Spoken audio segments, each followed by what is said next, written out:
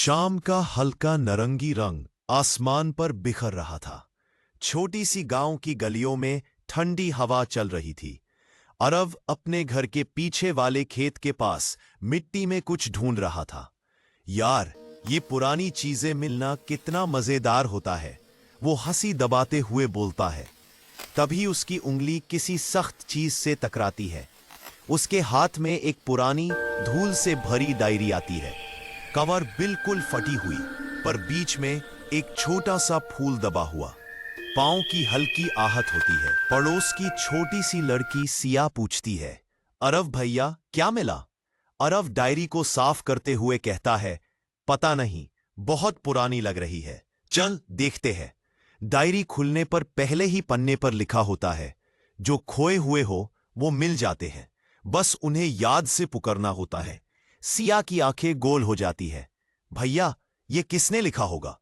जैसे जैसे वो पढ़ते गए, डायरी में लिखी हर बात अरव की जिंदगी से जुड़ी लगती थी। उसके उदास दिन, उसका सबसे पहला सपना, उसकी मां के हाथ की खुशबू तक सब कुछ डायरी में लिखा हुआ। अरव का गला भर आता है। सिया, ये तो मेरी लाइफ की बातें हैं, पर किसी को कैसे पता? अगले पन्ने पर लिखा था, अरव, तू अकेले नहीं था कभी। अरव का दिल जोर से धड़कता है। मेरा नाम? डायरी में मेरा नाम कैसे? तभी डायरी के बीच से एक मुरझा हुआ फोटो गिरता है। अरव उसे उठाता है। उसमें एक औरत मुस्कुराती हुई दिख रही थी, उसकी मां। वो मां जो कुछ साल पहले गुजर गई थी। उसकी आंखों में आंसू आ जाते हैं। सिया हल्की आवाज में बोलती है, अरव भैया, ये डायरी शायद उनकी होगी। अरव डायरी को सीने से लगाता है। हर पन्ने पढ़ने पर लगता जैसे उसकी मां उसे बात कर रही हो। मां की लिखाई थी, जब भी तुझे लगे तू खो गया है, ये डायरी तुझे वापस उस रास्ते पर ले आएगी जहां प्यार मिलता है। अरव धीरे से बोलता है, मां, आपने ये मेरे लिए छोड़ा था? उसकी आवाज टूट जाती है। सिया उसके कंधे पर हाथ रखती है। भैया, आपकी मां कितनी प्यारी थी। उन्हें पता था कि एक दिन आपको उनकी बातें जरूर चाहिए होंगी।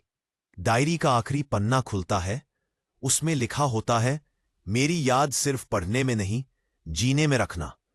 सपने मत छोड़ना। आरव। आरव आसमान की तरफ देखकर मुस्कुराता है। मां, मैं आगे बढ़ूंगा, आप हमेशा मेरे साथ हो।